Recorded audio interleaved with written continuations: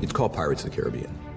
So you don't want to shoot it in Long Beach, you want to shoot it in the Caribbean. We looked literally at every Caribbean island, starting with Jamaica and headed all the way south down to Trinidad and Tobago.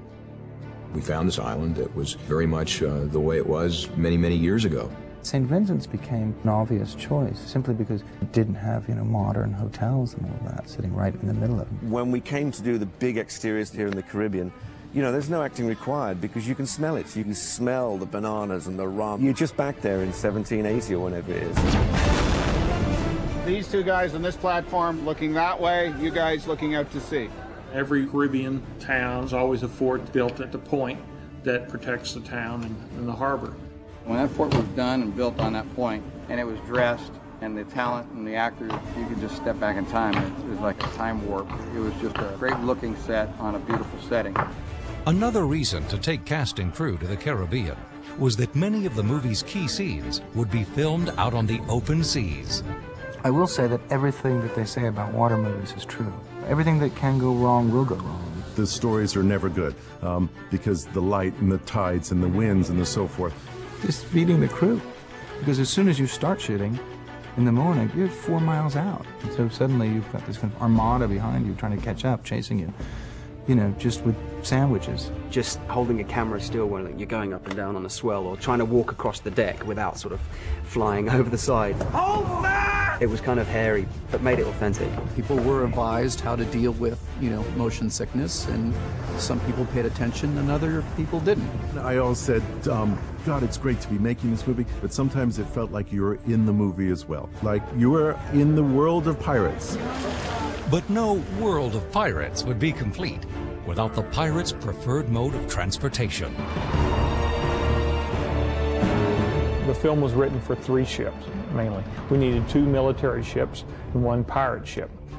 We wanted the Dauntless to be like, a 100-gun ship, and there just isn't one. So we ended up building sections of it on a barge and using models. We also rented a real ship and ended up sailing it all the way down here to the Caribbean. The Lady Washington plays the Interceptor, the fastest ship in the British fleet. They hadn't told me that I'd be steering the ship until, basically, camera was rolling. It was really fun because we just sort of sailing this huge ship on the open seas. I just looked over my shoulder one time and there's Johnny at the wheel with the hat. Thank you, Commodore! And there's me just yanking on a rope going, I can't believe I'm doing this. The Black Pearl had to be iconic in its own right. It was the ghost ship. It's got shredded sails, it's got all these qualities. So we had to construct that ship. In addition to the seaworthy version, an exact duplicate of the Black Pearl was also built inside a dome in Southern California. I think the pirate ship will be something that's really unique look. Everybody says it's a big film. I just try to give them everything I can give them and give the biggest look that we can get.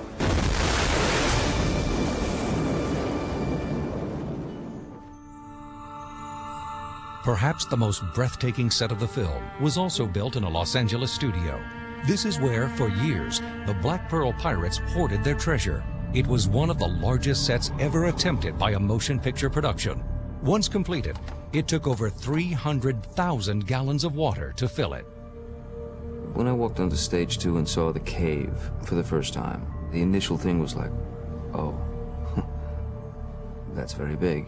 But what immediately took over was how beautiful it was and how well designed. It's a kind of mythical place that we make real. This is a huge treasure. These guys have been dumping this stuff here for years. We manufactured almost 1 million coins. We had them minted. I can't even think of how many cubic feet of rock that we actually painted to look like gold nuggets. Hundreds of yards of pearls and a mass of just sort of odd objects, things that would just be looted by the pirates.